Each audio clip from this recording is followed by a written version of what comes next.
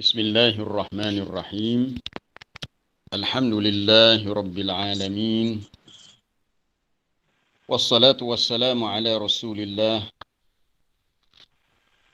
nabiyyina wa habibina wa syafi'ina Muhammad ibn Abdullah wa ala alihi wa ashabihi wa man ihtada bihadihi wastanna bisunnatihi ila yaumiddin.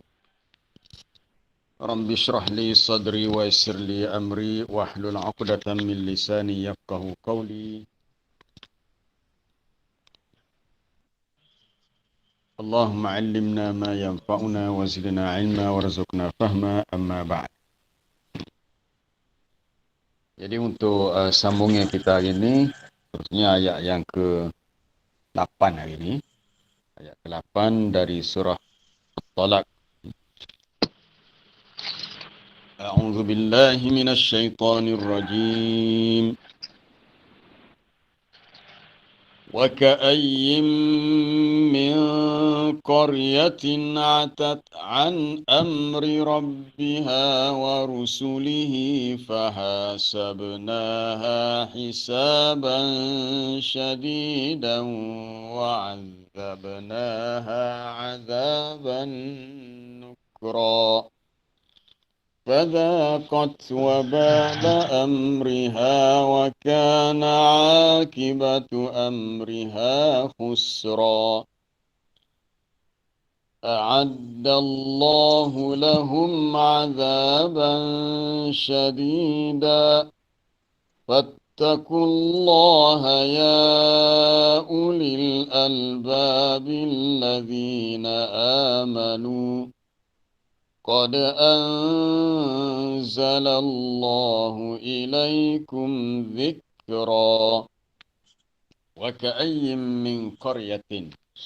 Dan berapa banyak penduduk sesebuah kampung ataupun qaryah dengan maksud negeri yang telah atat an amri rabbiha, yang telah menderhaka terhadap perintah Tuhan mereka dan rasul-rasulnya. Fahasabnaha hisaban syadida, maka kami telah hisab ataupun hitung amalan mereka dengan perhitungan yang keras dan berat. Wa'adzabnaha azaban nukra, dan kami kenakan azab siksaan kepada mereka dengan azab siksaan yang buruk dan menakutkan. Fadzaqat wabala amriha, lalu mereka merasai kesan buruk dari perbuatan derhaka mereka. Wa kana akibatu amriha khusra, dan adalah akibat, yakni kesudahan perbuatan mereka itu membawa suatu kerugian yang besar. Khusra, rugi. A'addallahu lahum azaban syadida, Allah Ta'ala sediakan untuk mereka azab yang sangat berat, azab yang sangat syadid, dahsyat. Fattaqullaha ya ulil albab, maka bertakwalah kepada Allah, wahai orang-orang yang berakal dengan akal yang waras, iaitu dari kalangan allazina amanu, orang-orang yang beriman. Qad anzalallahu ilaikum dzikra, sesungguhnya Allah telah menurunkan kepada kamu peringatan, yakni Al-Quran. Para jemaah yang dirahmati Allah, ayat yang seperti ini, ayat yang ke-8 ini banyak disebut dalam ayat-ayat lain di tempat-tempat lain. Wa ka'ayyim min qaryatin, berapa banyak. Kaf, kaf tu dia sambung dengan ai dengan maksud kam. Berapa banyakkah? Maknanya tidak sedikit qaryah. Qaryah di sini kalau dari segi bahasa biasalah kita guna qaryah, maknanya kampung. Tapi dalam konteks cerita diutuskan Rasul kepada ahli qaryah, ia merujukkan kepada suatu bandar. Pada suatu bandar, jamak pada qaryah adalah al-qura. Dalam ayat di akhir surah Yusuf, wa ma arsalna min qablika illa rijalan nuhi ilaihim min ahlil qura. Tidaklah kami utuskan sebelummu daripada mana-mana rasul, kecuali rasul itu adalah dari kalangan lelaki yang dipilih daripada min ahlil qura, penduduk Qura ni jamak daripada qaryah, kampung. Maksudnya Rasul ni bukan orang yang tinggal di kawasan pedalaman tapi kawasan bandar. Jadi qaryah merujuk pada kawasan yang ramai penghuni ataupun ramai penduduk. Mekah itu dikenali dengan Ummul Qura. Kota Mekah dikenali dengan Ummul Qura, ibu bagi segala kampung-kampung. Dan di Mekah tu bukanlah sedikit tapi ramai penduduk yang tinggal di situ. Jadi pada zaman dahulu berapa banyak negeri-negeri atau penduduk di sesebuah tempat yang telah menderhaka, atat an amri rabbiha, yang telah tagat, melampau. Atat juga dengan maksud a'radat, berpaling, wa takabbar, dan bertindak takabur, membesarkan diri. Akhirnya di akhirat nanti mereka dikenakan hisab yang berat dan juga azab yang dahsyat. Itu di akhirat. Apa yang berlaku pada mereka di dunia, maka kita lihat dalam ayat yang sama dalam penceritaannya, iaitu dalam surah Al-Hajj ayat 45.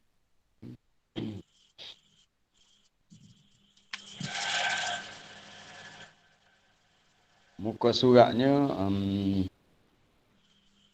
337. Muka surat 337 ayat 45 dari surah Al-Hajj. Kita nak faham ayat yang ke-8 surah At-Talaq, kita kena lihat ayat-ayat lain yang hampir sama dengannya. Dalam surah Al-Hajj ayat 45, faka'ayyim min qaryatin ahlaknaha. Berapa banyak kampung atau negeri yang telah kami binasakan. Maka dalam ayat ini disebut kebinasaan yang berlaku semasa di dunia. Adapun ayat dalam surah At-Talaq hanya sebut balasan di akhirat, itu hisab yang syadid dan azab yang berat. Kami binasakan wahiya zalimatun, kerana ia berbuat zalim. Itu puncanya. Punca kebinasaan kerana zalim. Ataupun disebut dalam ayat surah At-Talaq atat. Atat daripada atat itu maknanya tagat ataupun takabbar, melampau dan bersikap sombong. Fahiya khawiyatun ala urushiha, maka dia telah runtuh atas binaannya. Iaitu dibinasakan sehingga rumah-rumah kediaman mereka runtuh habis, menimpa mereka. Dan di sana terdapat bi'rim mu'attalah, ada telaga-telaga yang ditinggalkan, dan ada waqasrin masyid, dan juga binaan istana yang kukuh. Sebahagiannya masih ada kesannya dan sebahagian lagi sudah tidak digunakan. Masih ada lagi, sebahagiannya sudah hilang terus. Contohnya kalau kita pergi ke Madain Saleh, tempat Allah Ta'ala binasakan kaum Thamud di zaman Nabi Saleh dulu, masih ada di situ bir, telaga, tempat diberi minum kepada unta Nabi Saleh. Kemudian ada binaan-binaan yang kukuh yang masih boleh dilihat. Allah Ta'ala suruh kita berfikir tentang kebinasaan yang menimpa umat terdahulu. Baik, kita melihat di sini, disebabkan mereka itu menderhakai perintah Allah dan Rasulnya, lalu mereka dibinasakan. Apakah sebab yang membawa kepada mereka ini melampau, sombong, angkuh, melawan perintah Allah dan Rasulnya? Iaitu kita boleh lihat dalam surah Saba. Surah Saba, surah yang ke-34, ayat yang ke-34. Surah yang ke-34, ayat pun 34 juga. Muka surat 432. Muka surat 432. Dari surah Saba dalam juzuk 22. Dia tadabbur ni kita kena rajin melihat satu ayat dengan ayat-ayat lain yang ada persamaan jalan cerita. Dalam ayat 34 surah Saba yang berbunyi wa ma arsalna fi qaryatin min nadhirin, dan tidaklah kami utuskan pada sesebuah qaryah, kampung ataupun negeri, daripada nadhir, rasul yang memberi peringatan, illa, melainkan rasul yang diutuskan untuk memberi peringatan itu akan berdepan dengan cabaran. Cabarannya apa dia? Qala mutrafuha, berkatalah orang-orang yang hidup mewah. Mutrafu, orang yang hidup mewah. Mewah ni orang banyak harta, orang yang berkedudukan tinggi, yang pangkat besar. Mereka menolak dakwah Rasul dengan mengatakan inna bima ursiltum bihi kafirun. Kata orang-orang yang hidup mewah, kami kafirun, kami ni golongan yang engkar, menolak dakwah yang kamu bawa ni. Kemudian mereka beritahu lagi dalam sambungan ayat berikutnya, Allah Ta'ala menceritakan orang-orang yang menolak dakwah Rasul itu berkata dengan sombong, nahnu aktsaru amwalan wa aulada. Kami lebih banyak harta benda dan anak pinak. Jadi tak ada faedahnya kami nak ikut dakwah kamu sebab kami hidup dah senang. Harta benda banyak, anak-anak pun ramai. Wa ma nahnu bimu'azzabin, dan kami sekali-kali tidak akan diazab ataupun disiksa. Di situ, jadi puncanya kita lihat di sini berdasarkan ayat ini, punca mereka menolak dakwah Rasul ialah kerana mereka sombong akibat harta benda dan anak-anak ataupun pengikut yang ramai. Sebelum ini kita dah baca dalam surah At-Taghabun dahulu. Allah Ta'ala mengingatkan kepada kita bahawasanya harta benda dan anak-anak adalah fitnah, adalah ujian. Jadi ujian harta benda dan anak-anak bukan hanya berlaku kepada kita sebagai umat akhir zaman ataupun umat Nabi SAW, juga berlaku kepada umat terdahulu. Apabila mereka menolak dakwah Rasul semata-mata kerana mereka merasakan mereka boleh hidup lama, boleh bertahan dengan sebab harta benda dan anak-anak. Jadi itu puncanya. Jadi pengajaran yang kita nak ambil di sini untuk kita renungi ialah janganlah harta benda dan anak-anak menyebabkan kita jadi payuh nak buat perintah-perintah agama ataupun segala titah perintah Allah tu jadi sukar untuk kita buat. Sebab apa? Sebab kita ditipu atau dilekakan dengan harta benda. Ada orang-orang yang jahil dan sombong, dia kata apa perlu dia solat. Dia kata dia tak solat pun, dengan berani dia mengaku dia tidak solat walaupun dia Muslim. Walaupun dia mengaku dia Islam, tapi Islam yang tidak solat. Dia kata selama ni dia berniaga pun dia dapat untung banyak. Dia boleh makan tiap-tiap hari. Dia sehat, kalau sakit dia jumpa doktor. Itu sombong. Kesombongan disebabkan kerana harta benda yang dimilikinya. Dia lupa bahawa harta itu adalah rezeki kurniaan daripada Allah. Bukanlah semata-mata kerana kepandaian dia mencari rezeki. Kemudian dari segi yang lain, dari sudut lain, kesombongan mereka kerana kekuatan. Tadi dah disebut dua faktor, kerana harta benda dan anak-anak. Yang kedua, yang ketiga adalah faktor kekuatan. Itu kita boleh rujuk dalam ayat 13 surah Muhammad. Surah Muhammad ini surah yang ke-47. Ayat 13 muka surat 508. Wa ka'ayyim min qaryatin. Sama juga. Ayat tu dia punya uslub gaya bahasanya sama dengan ayat ke-8 surah At-Talaq. Bermula dengan wa ka'ayyin min qaryatin. Hiya ashaddu quwwatan min qaryatika allati akhrajatka ahlaknahum fala nasira lahum. Boleh lihat muka surat 508 ayat 13 surah Muhammad. Kalau nak tengok terus pun boleh. Kalau tak nak tengok, nak tulis dulu pun boleh juga. Untuk kita rujuk bahawasanya ayat Quran ni antara satu dengan yang lain dia saling melengkapi. Sebab dalam ayat ke-8 tak disebut dia punya apa dia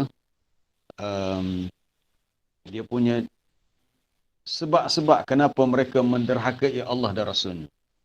Ayat ke-8 surah At-Talaq hanya sebut berapa banyak kampung negeri yang melanggar ataupun yang melampau terhadap perintah Allah dan Rasul, lalu kami kenakan hisab dan azab di akhirat. Dalam ayat tu ringkas, tak disebut apa sebabnya mereka bertindak begitu. Maka bila kita tengok ayat-ayat lain, barulah kita tahu puncanya. Jadi dalam ayat 13 surah Muhammad, punca kesombongan mereka adalah kerana mereka itu kuat. Mereka rasa mereka kuat. Maka Allah Ta'ala mengingatkan secara khusus kepada orang-orang kafir Quraisy di Mekah. Wa ka'ayyim min qaryah. Berapa banyak penduduk sesebuah negeri kampung yang mereka itu asyaddu quwwah, lebih kuat lagi. Mereka itu lebih gagah lagi berbanding dengan min qaryatika, daripada penduduk di kampungmu, di negerimu. Maksudnya penduduk Mekah lah. Yang mana mereka itu telah akhrajatka, yang telah mengusir keluar engkau ya Muhammad daripada Mekah. Ya, Nabi akhirnya berhijrah ke Madinah. Jadi Allah Ta'ala mengingatkan umat zaman dahulu yang jauh lebih kuat daripada orang-orang kafir Mekah, Allah Ta'ala boleh binasakan mereka dengan mudah. Jadi kalau setara orang Mekah tegak, lebih senang dan lebih mudah lagi bagi Allah. Sebenarnya bagi Allah Ta'ala semuanya mudah. Cuma ini dari segi perbandingan untuk mudah kita faham. Jadi kalau umat terdahulu yang asyaddu quwwah, yang lebih kuat, lebih hebat kekuatannya, Allah Ta'ala boleh binasakan, maka sudah tentu untuk membinasakan orang-orang di Mekah yang tak seberapa kuat ni, lebih mudah lagi. Ahlaknahum, kami telah binasakan mereka, maka fala nasiralahum, tidak ada lagi penolong bagi mereka. Baik, para jemaah yang dirahmati Allah, masih ada kaitan dengan kisah kebinasaan yang menimpa umat terdahulu, mana-mana kampung dan negeri yang engkar kepada Rasul yang diutuskan, engkar dengan perintah Allah. Kita lihat di bahagian akhir surah Hud, ayat yang ke-100. Surah Hud ini mempunyai 123 ayat. Pada ayat yang ke-100.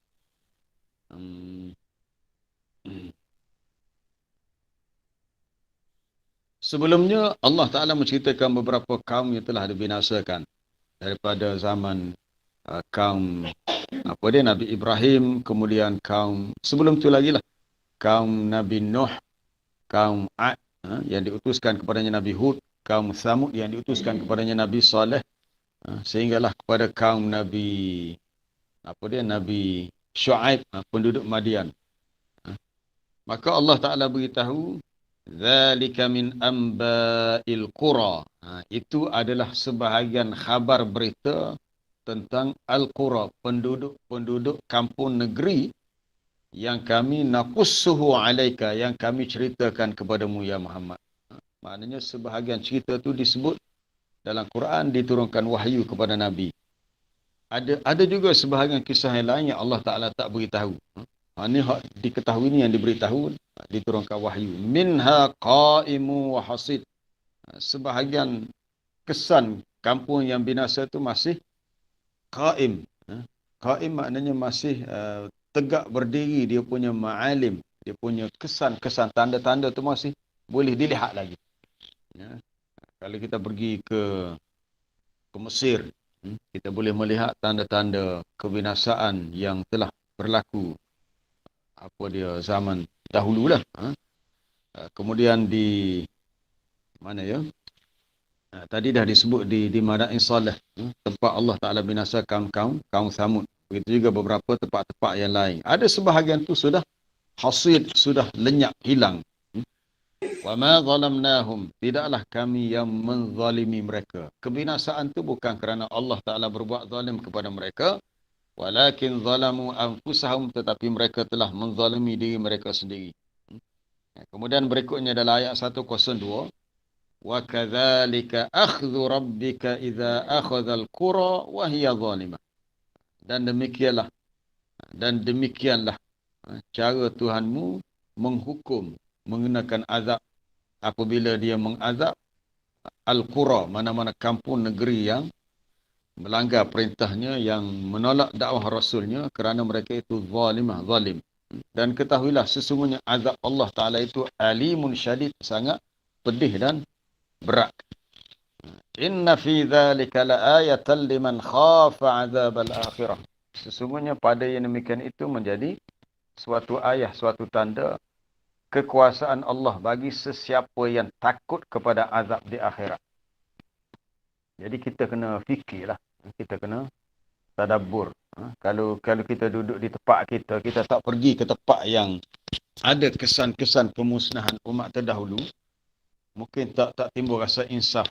Bila kita pergi tempat tu, timbul rasa insaf. Kalau setara ni lah macam ni azab di dunia, maka sudah tentu azab di akhirat jauh lebih dahsyat, lebih berat lagi. Ketika Allah Ta'ala binasakan penduduk sebuah tempat yang mereka itu telah melanggar 2-3 perkara, ni dalam cerita yang melibatkan pemilik kebun. Dalam surah Al-Qalam. Boleh lihat kisahnya dalam surah Al-Qalam. Menariklah cerita itu. Surah Al-Qalam ni kita akan baca nanti lepas surah Tabarakallazi dalam juzuk 29. Di akhir kisah tu Allah Ta'ala beritahu, Kadzalikal azab wala azabul akhirati akbar. Demikianlah azab siksaan untuk mereka di dunia. Dan azab di akhirat itu lebih besar lagi berbanding dengan azab yang telah mereka rasai di dunia.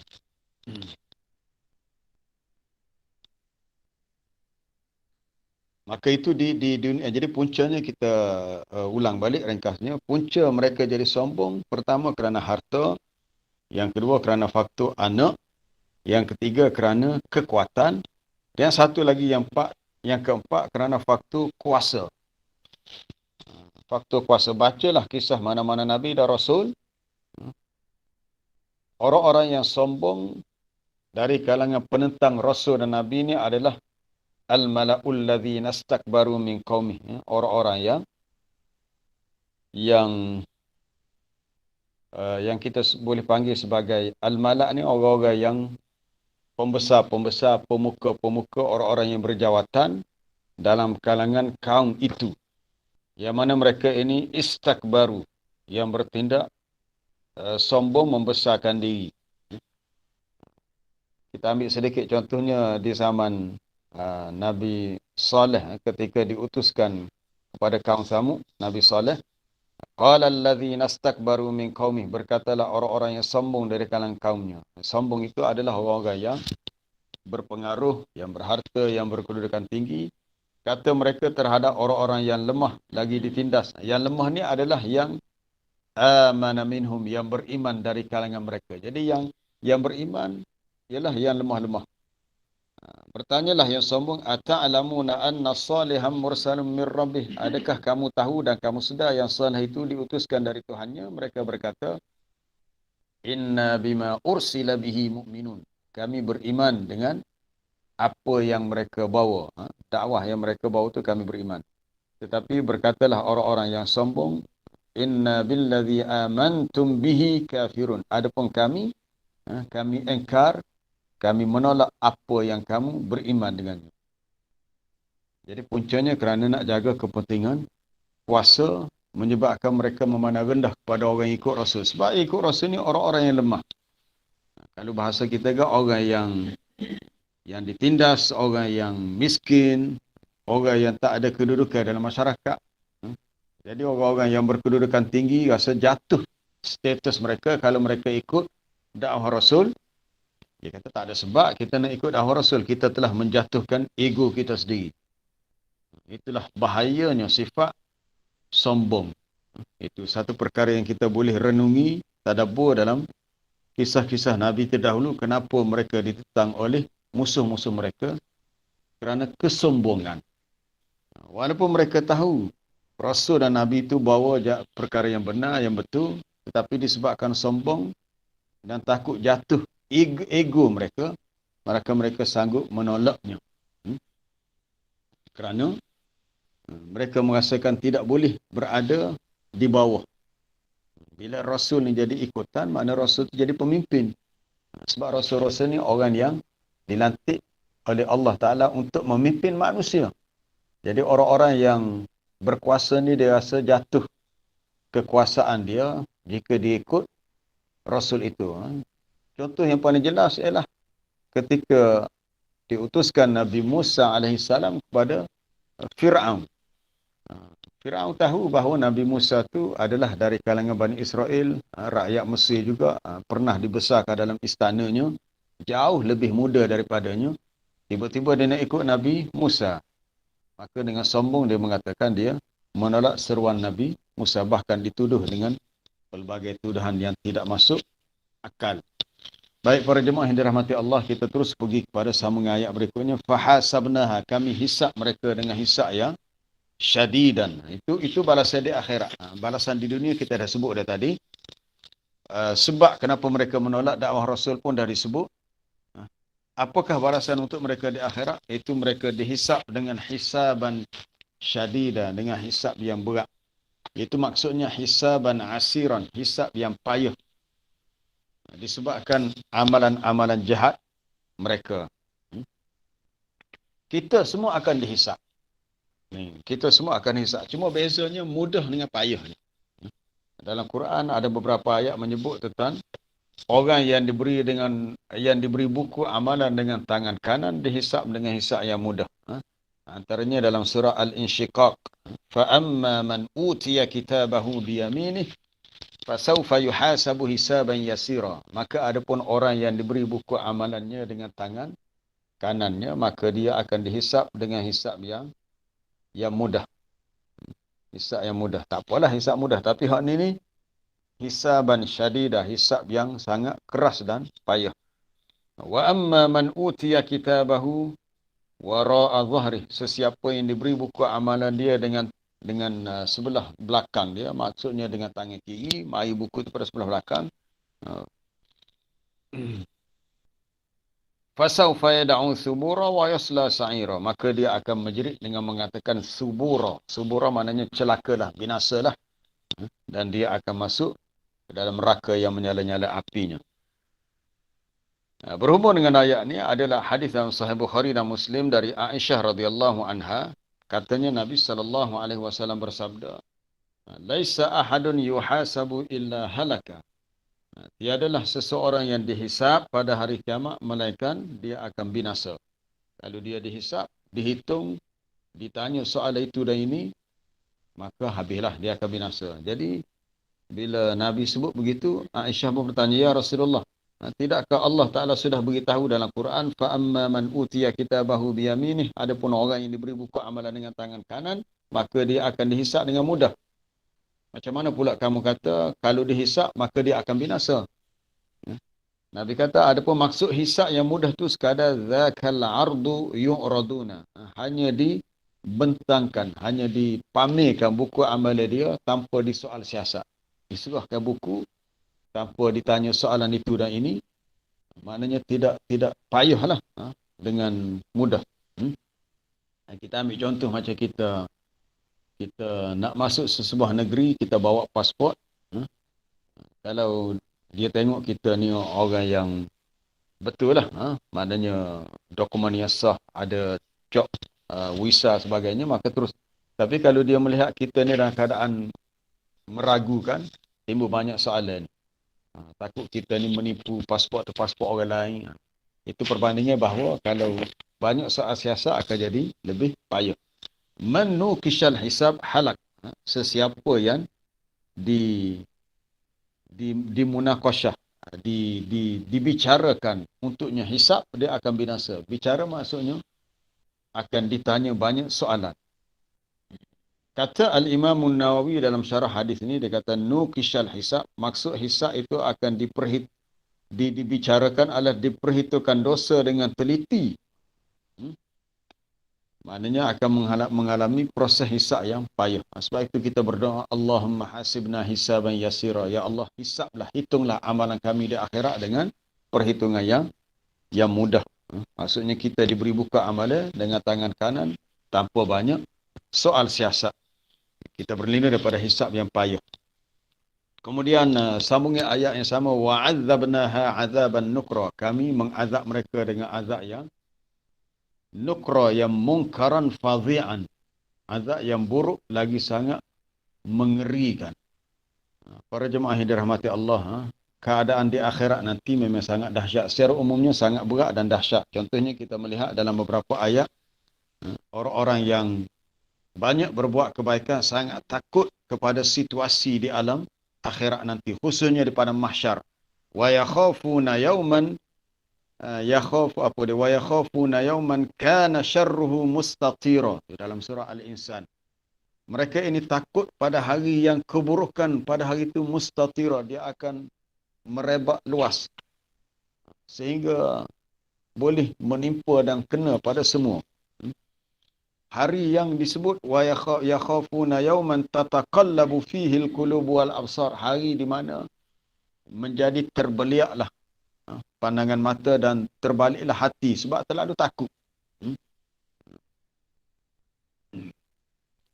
Ada satu hadis yang menyebut tentang doa Nabi ini daripada Huzaifah bin Al-Yaman radhiyallahu anhu. sebelum Nabi tidur, dia akan letakkan tapak tangan kanan dia di atas pipi. Letak sebelum dia berbaring. Lalu dia membaca, Allahumma kini azabak yauma tab'asu ibadak. Ya Allah, peliharalah aku daripada azabmu, itu pada hari engkau membangkitkan semua hamba-hambamu. Allahumma kini azabak yauma tab'asu ibadak. Ya Allah, peliharalah aku daripada azabmu pada hari ketika manusia dibangkitkan daripada kubur mereka. Jadi azab di akhirat lebih berat lagi, lebih dahsyat lagi. Fadzaqat wabala amriha. Sambungannya pada ayat ke-9. Akhirnya mereka merasai akibat buruk perbuatan mereka.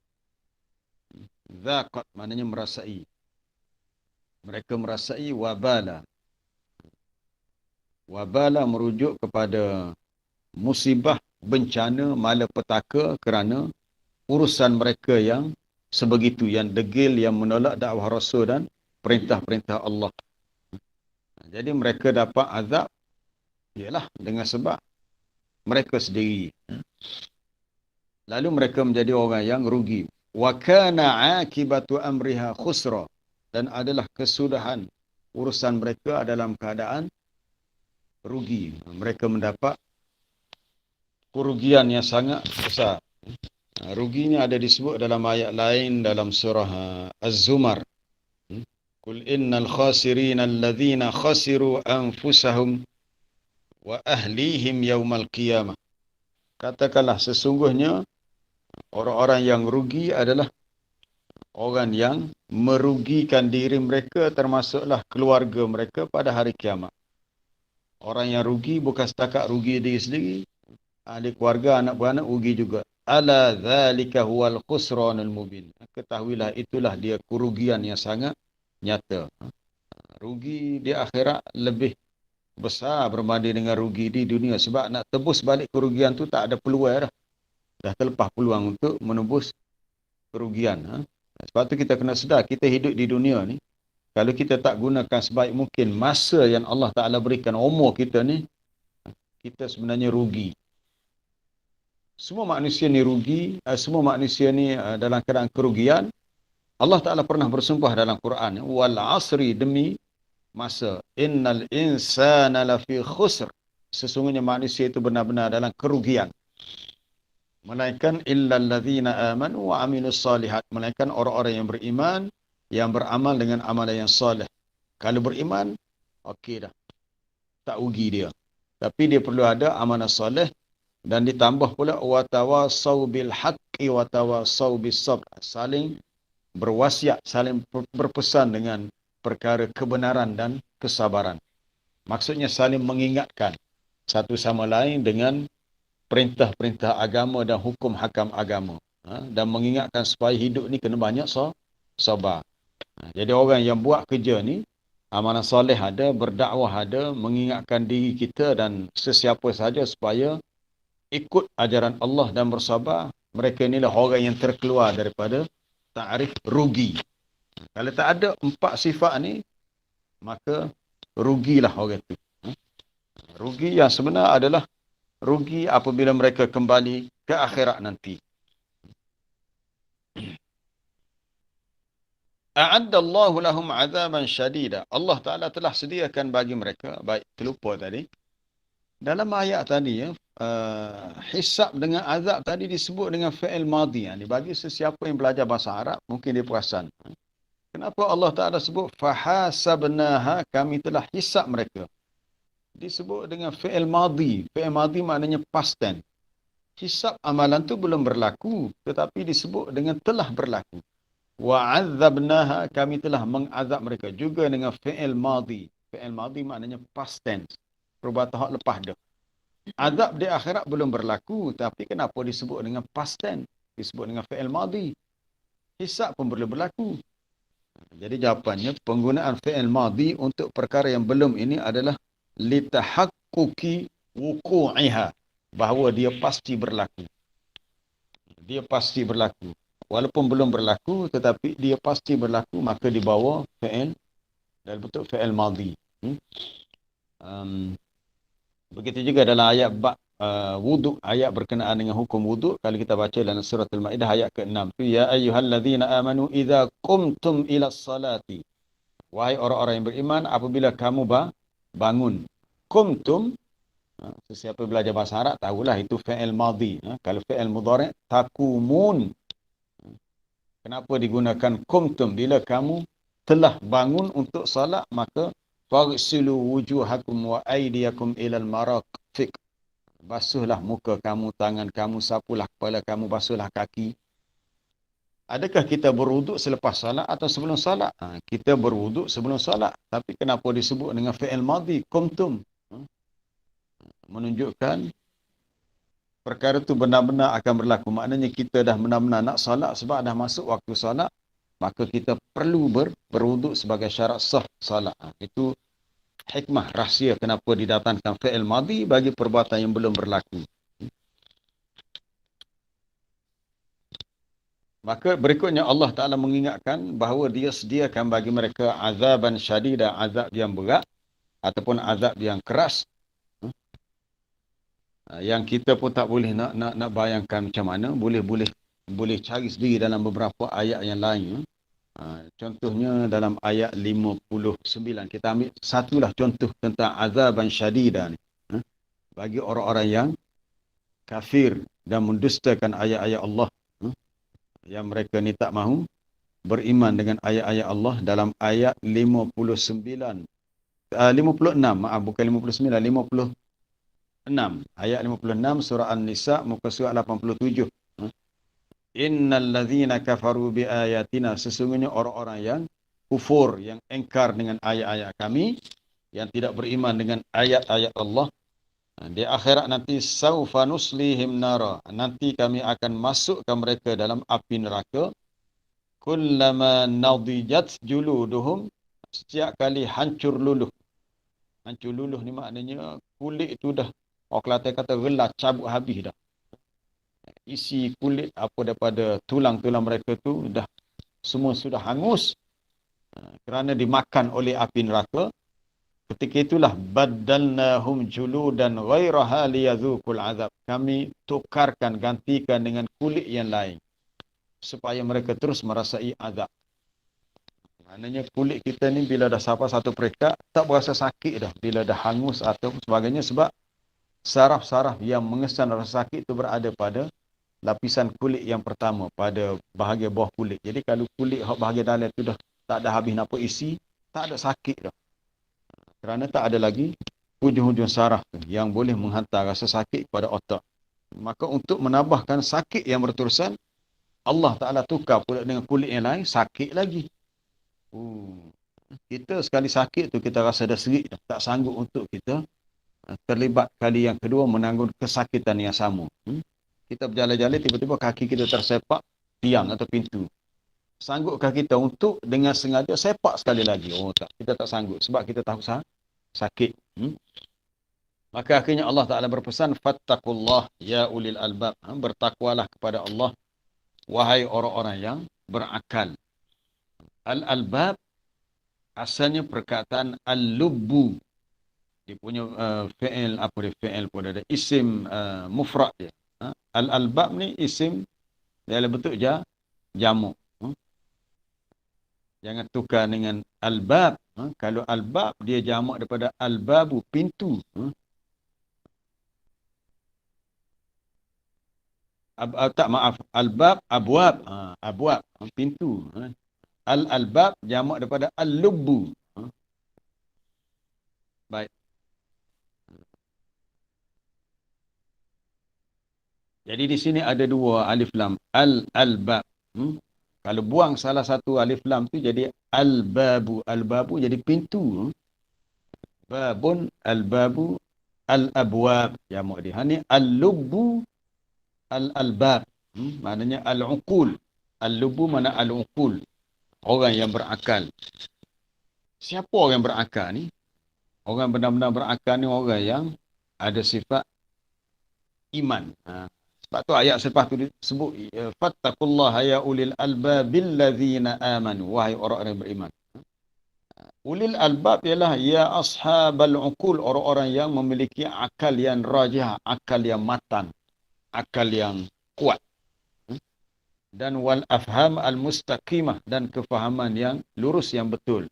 Maka kamu yang berakal, fala takunu mislahum, janganlah kamu jadi seumpama orang-orang yang terdahulu, umat terdahulu yang telah dibinasakan kerana melawan, menentang dakwah Rasul. Jangan tiru perangai seperti mereka, nanti fayusibukum mislama asabahum. Maka nanti kamu ditimpa seumpama azab yang menimpa mereka. Maka ambillah pengajaran atas kisah yang berlaku kepada umat yang terdahulu. Baik, kita nak lihat sedikit sebelum kita berhenti sifat ulul albab. Banyaklah disebut dalam Quran. Antaranya di akhir surah Ali Imran. Boleh rujuk ayat yang ke 191. 190 dan selepasnya. Inna fi khalqis samawati wal ard. Sesungguhnya pada penciptaan langit dan bumi, berlakunya ikhtilafil laili wan nahar, pertukaran malam dan siang. La ayatil li ulil albab. Terdapat tanda-tanda kekuasaan Allah bagi orang yang berakal. Ulil albab. Siapakah ulil albab di sini? Itu allazina yadhkuruna Allah qiyaman, orang-orang yang sentiasa mengingati Allah ketika mereka dalam keadaan berdiri, duduk, berbaring, dan mereka juga wa yatafakkaruna, sentiasa berfikir tentang kejadian langit dan bumi. Lalu mereka berdoa, wahai Tuhan kami, tidaklah engkau ciptakan semua ini batil, sia-sia, ataupun tak ada tujuan, melainkan semuanya ada rahsia, ada hikmahnya. Maha suci engkau, faqina azaban nar, maka peliharalah kami daripada azab neraka. Jadi kita boleh ambil di sini ada 3 sifat ulil albab: sentiasa mengingati Allah, berfikir tentang makhluk ciptaan Allah, antaranya langit dan bumi, dan yang ketiga berdoa supaya dipelihara daripada azab neraka. Situ kita boleh ambil ada 3 sifat ulil albab. Ayat 190, 191 surah Ali Imran. Kemudian satu lagi dalam surah Ar-Ra'du. Kita lihat surah Ar-Ra'du muka surat 252. 252 di antara sifat ulil albab. Bermula ayat 19. Atas sekali, muka surat 252 atas sekali. Afaman ya'lamu annama unzila ilaika min rabbikal haqqu kaman huwa a'ma. Maka adakah orang yang tahu bahawa apa yang diturunkan kepada engkau ya Muhammad daripada Tuhanmu itu adalah perkara yang benar, sama dengan orang yang buta? Maksudnya, adakah orang-orang beriman yang yakin bahawa Quran yang Nabi bawa ini benar-benar daripada Allah, seperti dengan sama keadaannya dengan orang-orang yang buta ni, orang-orang kafir yang tidak mahu ikut Al-Quran yang diwahyukan kepada Nabi Muhammad? Jawapannya tidak sama. Orang yang buta ini orang yang buta hatinya. Innama yatadhakkaru ulul albab. Bahawasanya perkara ini hanya memberi peringatan, kesedaran kepada ulul albab. Siapakah ulul albab? Ada beberapa sifat yang disebut dalam ayat selepasnya, ayat 20. Allazina yufuna bi ahdillah. Orang yang memenuhi akan janji dengan Allah. Dan mereka tidak sekali-kali merungkai atau merombak perjanjian itu.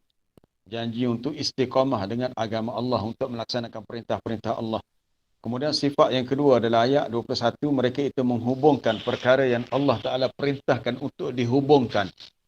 Maksudnya mereka ni orang yang menghubungkan silaturrahim. Allah Ta'ala suruh kita menjaga hubungan kekeluargaan. Itu di antara sifat ulul albab. Kalau kita tak jaga hubungan silaturrahim, bermakna kita dah terkurang sifat ulul albab. Kemudian yang ketiga, mereka ni takut kepada Allah. Wa yakhshawna rabbahum. Dan yang keempat, wa yakhafuna su'al hisab. Mereka takut kepada hisab yang buruk. Ni ada kaitan dengan hisab juga. Mereka takut kalau mereka dihisab amalan mereka di akhirat dengan hisab yang payah. Yang kelima, mereka ni orang yang sabar. Ulul albab ni orang yang sabar. Sabar dalam usaha menuju kepada Allah, mencari keredaan Allah. Yang keenam, mereka itu mendirikan salat. Yang ketujuh, mereka itu sedekahkan apa yang kami rezekikan kepada mereka.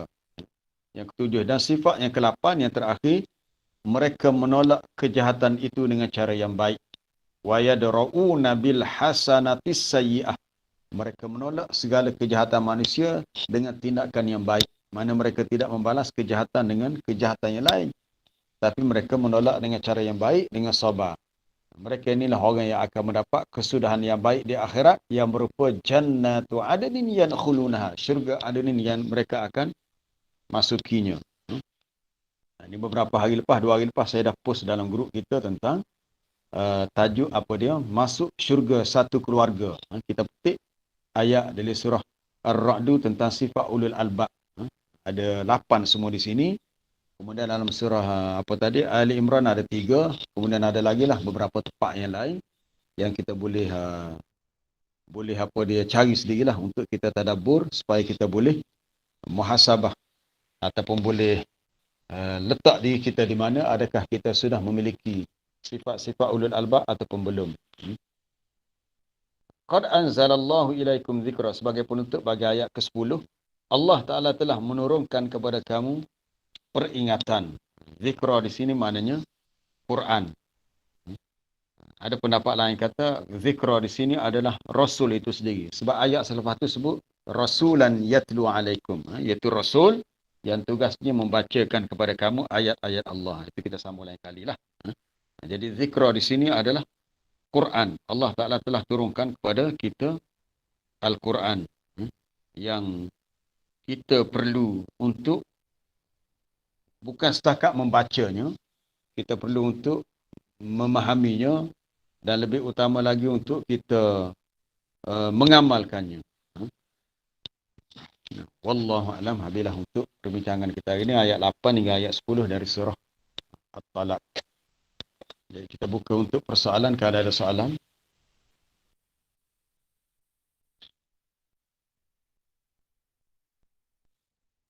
Ada soalan bertulis dulu. Assalamualaikum Ustaz. Assalamualaikum Ustaz. Assalamualaikum Ustaz. Ya, ya. Penggunaan fi'lul madhi dalam Al-Quran tu Tak dengar, sama tak dengar. ke dengan ayat Al-Quran yang lain, laqad ja'akum rasulun min anfusikum. Sama ke dari segi penggunaan dia fi'lul madhi tadi? Terima kasih Ustaz. Tak dengar. Perlahan sangat.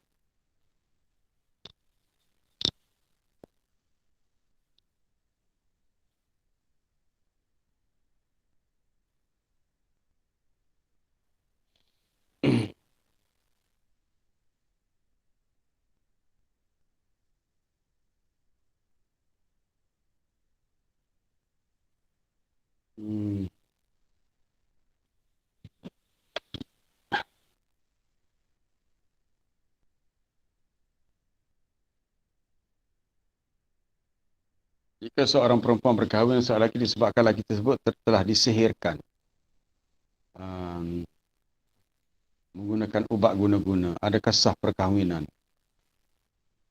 Wallahu a'lam, tak pasti tu. Ini masuk dalam bab sihir macam mana ni.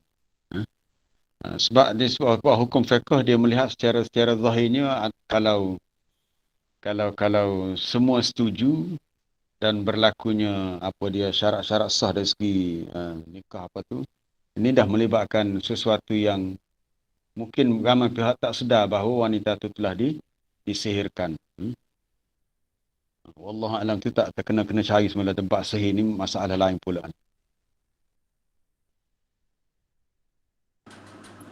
Assalamualaikum Ustaz. Ya, salam. Ya, tak ngulu. Maknanya kalau nak balik ke pagi kemarin lah. Ya. Bak rujuk dah cerai. Ya. Maknanya dalam kesimpulan ayat di tadabbur tu, bahawasanya kita memerlukan ilmu lah dalam hal ni lah. Jadi dan ilmu dan kejujuran lah, maknanya takwa lah. Jadi dalam hal ni, apabila dalam zaman lah ni lah, zaman akhir zaman ni, orang tidak cari belah mana ilmunya. Jadi adakah benda ni berlaku masalah rujuk cerai ni berlaku jadi satu perzinaan yang tidak disedari. Adakah berlaku tu Ustaz? Tak faham tu perzinaan yang tak disedari. Mana tak sedari, mana dia lebih ke gini lah, maksudnya dia tu cerai ada talak 3 boleh jadi ya. Lepas tu nya dia macam tidak tahu ataupun tidak ambil mudah lah benda ni dengan tak ada ilmu tu. Jadi dia tidak sedari lah bahawasanya benda tu tak boleh dah. Tak boleh duduk sekali dah. Maknanya pentingnya ilmu lah mana Ustaz. Iyalah betul lah. Pentingnya ilmu dan kefahaman. Dia maksud pasal gini, dia dah cerai talak 3 tapi masih duduk bersama. Boleh jadi dia jahil kau kan tak tahu. Masa zaman lah ni, zaman lah orang budak muda lah ni yang tidak peka sangat. Ada kutubah nikah pun tidak sebut sangat benda-benda gini masa nikah Ustaz. Jadi penyelesaiannya ialah kalau ada pihak yang tahu kes ni, dia kena nasihatkan pasangan itulah. Ya, bukan masalah tidak. Masalahnya adakah benda-benda ni berlaku buat masalah ni Ustaz? Adakah berlaku? Mungkin ada lah. Saya rasa mungkin ada. Cuma sama ada berlaku atau tidak tu kita kena tengok kalau ada laporan. Sebab benda ni kalau tak dilaporkan kita tak tahu. Kalau tak dilaporkan kita pun tak tahu. Pihak mahkamah qadhi pun tak tahu. Kecuali bila ada laporan, barulah diketahui. Sama ada pasangan tu sendiri yang beritahu ataupun orang-orang sekeliling yang mengenali mereka tu tahu. Maksudnya mereka masih tinggal bersama walaupun dah bercerai dengan talak 3 ataupun dah tak ada apa-apa hubungan suami isteri tapi masih berjumpa lagi di luar sebagainya. Memang salah lah, dari segi hukum memang salah lah. Itulah kata-kata pentingnya ilmu tu. Kemudian soalan Ustaz Hafiz tadi tentang laqad ja'akum, ayat di akhir surah At-Taubah, adakah sama? Jawapannya tak sama. Sebab dalam surah At-Taubah tu laqad ja'akum rasulun, sesungguhnya telah datang kepada kamu. Memang rasul telah datang. Sebab masa tu ayat ni rasul telah datang. Sebab dia menceritakan perkara yang semasa ayat tu. Semasa ketika tu ayat tu rasul sudah datang. Adapun ayat kita bicara ini menceritakan azab di akhirat yang belum berlaku tetapi dibawa dengan fi'il madhi, seolah-olah dia telah berlaku.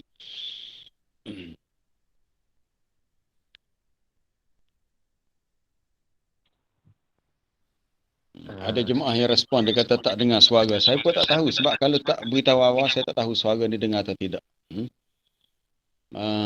Kalau dalam iddah tapi bekas suami secara paksa untuk bersama isteri, kita dah beritahu kemarin dalam iddah dia masih isteri dia lagi. Iddah tu bukan bermakna dia dah terputus hubungan. Dalam tempoh iddah, kalau suami nak bersama isteri maka dia kena rujuk. Dia ada 4 pendapat kita dah sebut bawah ni. Merujuk sama ada hak jelasnya dengan perkataan ataupun dengan perbuatan dia nak bersama dengan isteri dan dia niat untuk rujuk. Dalam tempoh iddah, hak salahnya kalau dia setubuh dengan isteri ketika iddah tu dah habis dah. Iddah dah habis, masih tinggal serumah tapi tidur bersama. Itu tak boleh lah. Tapi dalam iddah masih dikira isterinya. Kita tahu tentang ruginya buang masa tetapi kita tetap ikuti perkembangan sukan dan susah menangis. Ini bergantung kepada kesedaran kita lah. Kesedaran kita. Macam mana kita nak baiki, nak buat macam mana. Mintalah, berdoalah kepada Allah supaya diberi keberkatan dengan masa yang kita miliki. Maksudnya masa kita ni tidaklah terbuang dengan perkara yang sia-sia. Banyak terisi dengan perkara yang lebih berfaedah. Kalau kita banyak leka dengan dunia yang tidak memberikan keuntungan akhirat, memang rugilah. Rugi. Sebab kita hidup di dunia sementara ya. Tak lama pun. Kalau kita baca kisah umat-umat terdahulu ni, mereka dah lama sangat dah. Kita ni umat akhir zaman dah kita ni. Kita ni, Nabi kita, Nabi Muhammad SAW adalah Nabi yang terakhir. Dalam ramai-ramai Nabi dan Rasul ini, Nabi terakhir. Kita ni umat terakhir menunggu masa untuk dunia ni berada di penghujungnya ataupun untuk menunggu berlakunya kiamat. Jadi kalau kita sedar tu, kita rasa sangat takutlah kalau kita tidak bersedia daripada sekarang ataupun tidak membuat persiapan secukupnya. Assalamualaikum, Ustaz. Ya, Hello, Ustaz. salam. Ustaz, Ya, saya tertarik dengan tajuk yang Ustaz Ngalah Ustaz bagi tu tentang masuk surga satu keluarga tu. Saya nak rujuk mana, ya. Ustaz? Ya. Saya nak rujuk di mana pasal tajuk tu. Itu ada, itu saya post ada 2-3 hari lepas, saya post dalam grup Cinta Ilah. Grup Cinta Ilah Quran ni. Muhammad tak ada dalam grup tu. Saya nanti tak apa, nanti saya cari balik. Saya rasa saya tak klik lagi.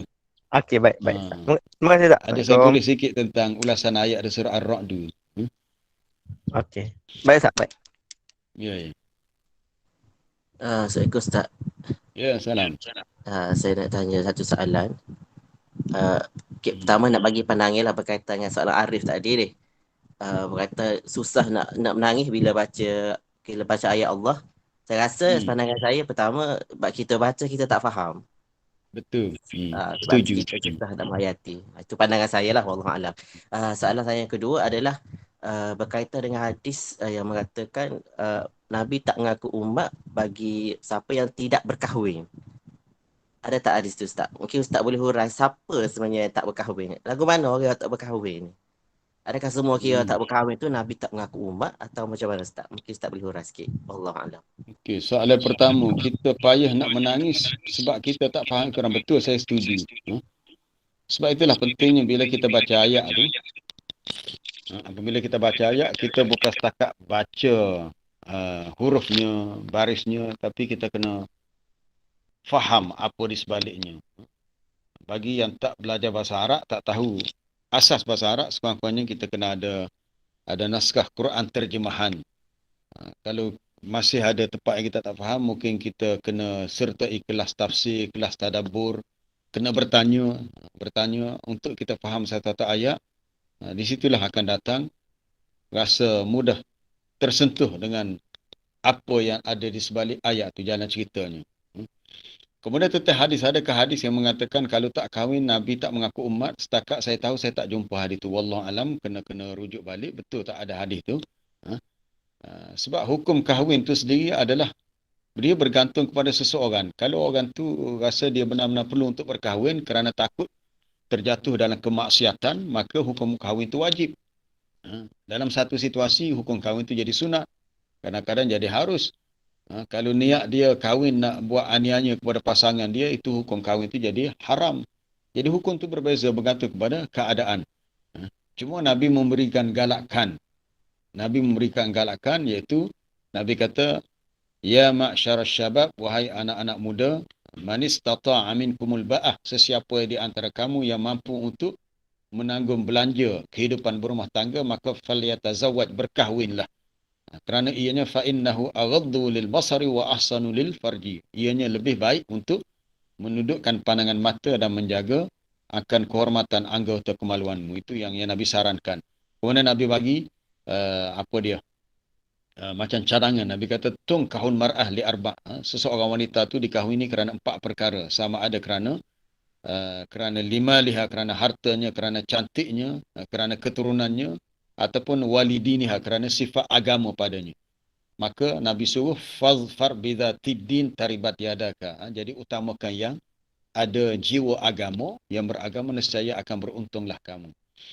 Tapi kalau kita nak kata tak kahwin tu Nabi tak mengaku umat, ada juga dalam kalangan ulama yang tak kahwin. Adakah ulama tu tak tahu hadis ni? Al-Imam An-Nawawi meninggal ketika umur 45 tahun, dia tak kahwin pun. Kalau dah dia tahu adanya hadis Nabi tak mengaku umat, sudah tentu dia kahwin sebab dia ulama. Syekhul Islam Ibn Taymiyah sama juga tak kahwin juga. Ada ramai lagi tokoh-tokoh ulama yang tidak berkahwin. Bukan sengaja tak nak kahwin, tapi mereka sibuk dengan urusan-urusan dakwah dan juga urusan menyampaikan ilmu kepada umat Islam. Assalamualaikum, Ustaz. Kemudian ada soalan, saya nak baca soalan bertulis dulu. Bolehkah kita doa untuk orang lain sekali masa basuh anggota wuduk untuk diri kita? Pastangan. Sebenarnya doa ketika berwuduk tak ada, ya. Tak ada.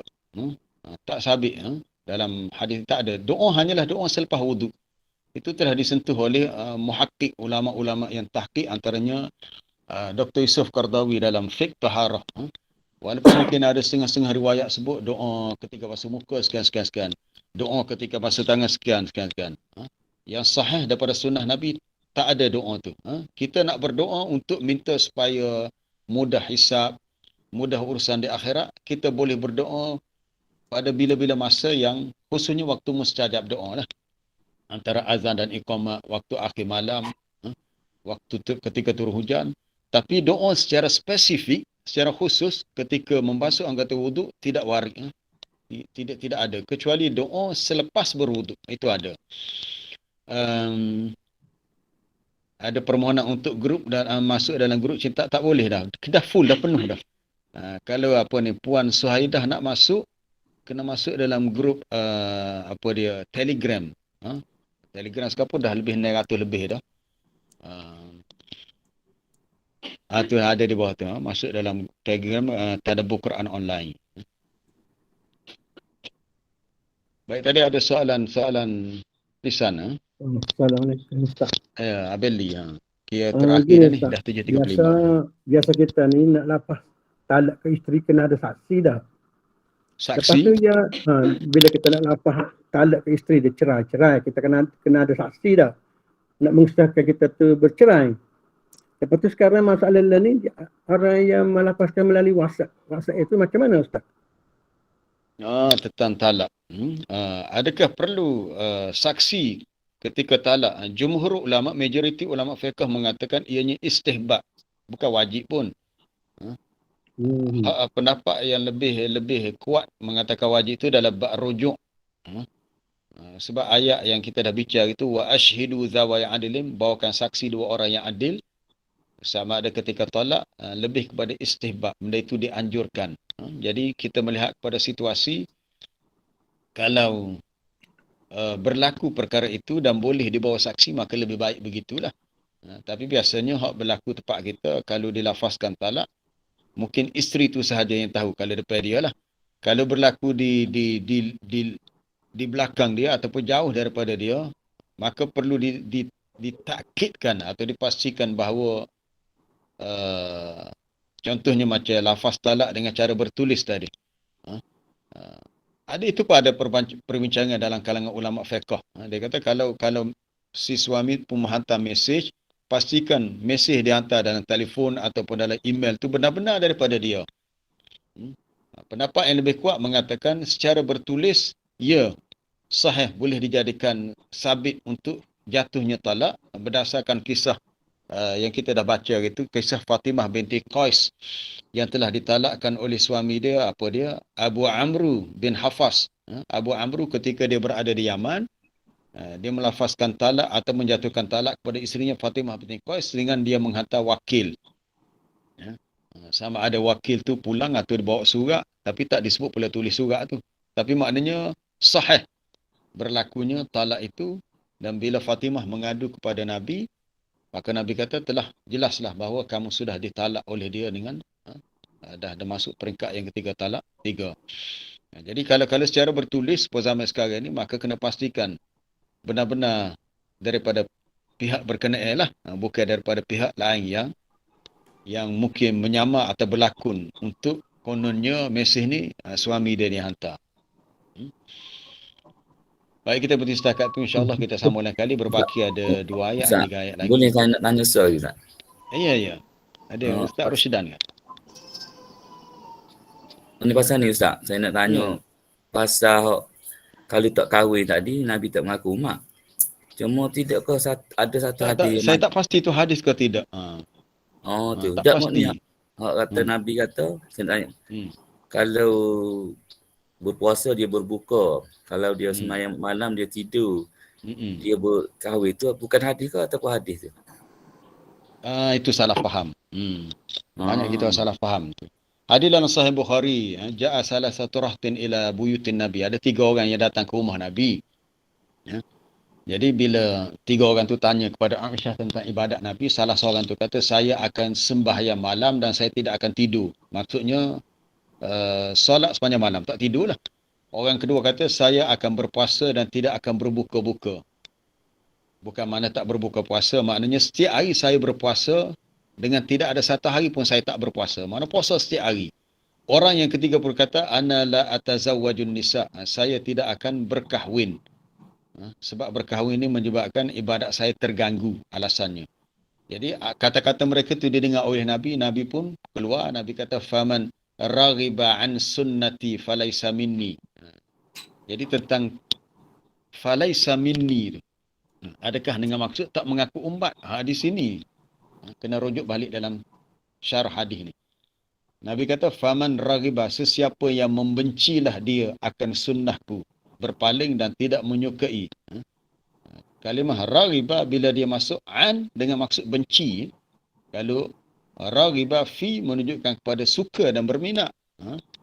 Wa man yarghabu an millati Ibrahim, sesiapa yang berpaling, ini benci akan agama yang ditinggalkan oleh Nabi Ibrahim, maka dia telah dikira faqad safihan nafsah, membodohkan dirinya.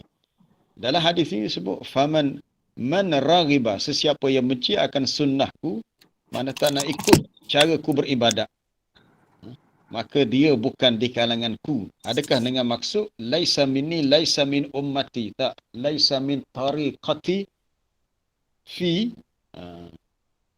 fi al-amal bi ahkamiddin wa ta'alimihi. Dari segi apa dia punya syarah hurain. Bukan di kalangan aku, bukan di kalangan orang mengikut jalanku dalam soal beragama. Bukannya Nabi menafikan kita ni umat dia, bukan Nabi tak mengaku umat. Cuma cara kita tu tak kena, tu nak beritahu. Cara kita tu tak kena. Kalau kita solat sepanjang malam langsung tak tidur.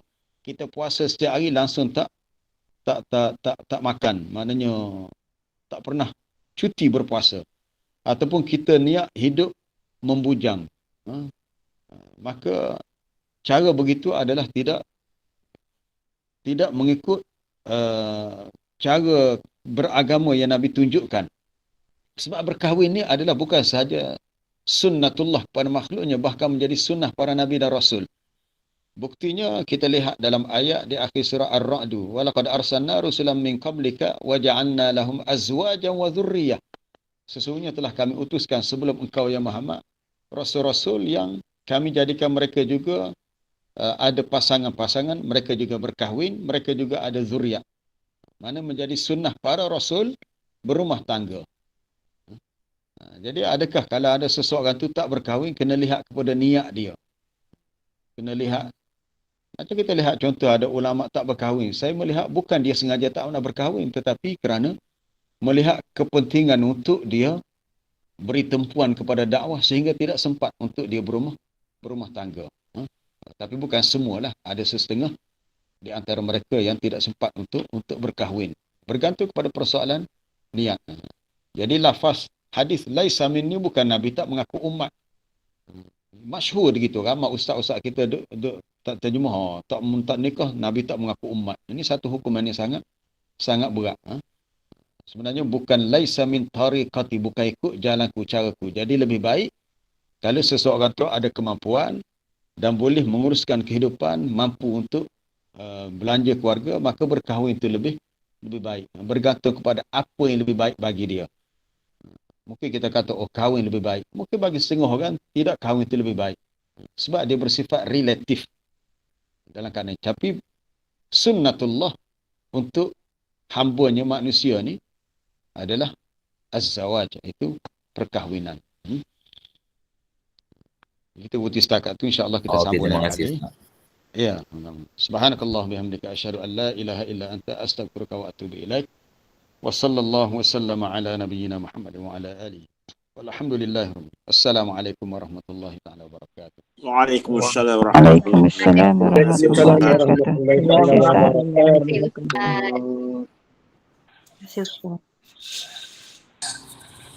Waalaikumsalam, terima kasih.